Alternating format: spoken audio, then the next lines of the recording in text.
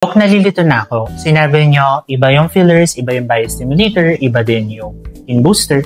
Pero bakit parang lahat sila may hyaluronic acid? Ano ba yung difference ng hyaluronic acid sa fillers, sa biostimulators, and sa skin booster? The key difference is what we call cross-linking. No? So, basically, para hindi na kayo maguluhan, cross-linking means mas pinagdikit-dikit yung molecules ng hyaluronic acid in fillers. No? So, usually, fillers have cross-linked hyaluronic acid. Isipin nyo na lang, mas matigas siya. Ang fillers, di ba, usually kaya rin siya nag-provide ng immediate volume is because cross-linked nga yung hyaluronic acid. So, dikit-dikit, thus yung gel na na-form, mas sabihin na nating matigas. Ang disadvantage ng cross-linked hyaluronic acid is yun nga, nag-form siya ng lumps, ng bumps, which is yun yung ayaw ng most patients with fillers. Compare naman natin sa hyaluronic acid ng isa naming skin booster na merong konting biostimulatory effects, si Profhilo. Sa Profhilo, they use the NAHYCO technology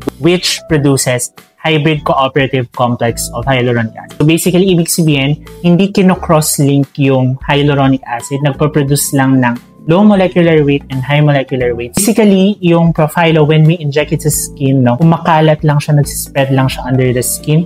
Hindi siya namumuo ng lumps. It provides hydration and some lifting. Because the hyaluronic acid of, for example, Profhilo is not cross-linked, mas natural yung nagiging result. Hindi yung parang ang umbok na cheeks from overuse of fillers. So there is some lifting and hydration.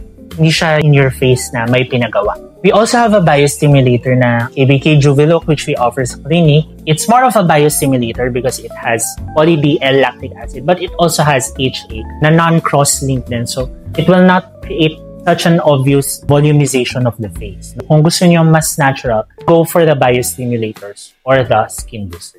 Pero kung gusto niyo talaga ng, especially if mature na yung skin, kailangan talaga ng maximum volumization, kailangan talaga magkalaman, then you can opt for cross-linked hyaluronic acid filler.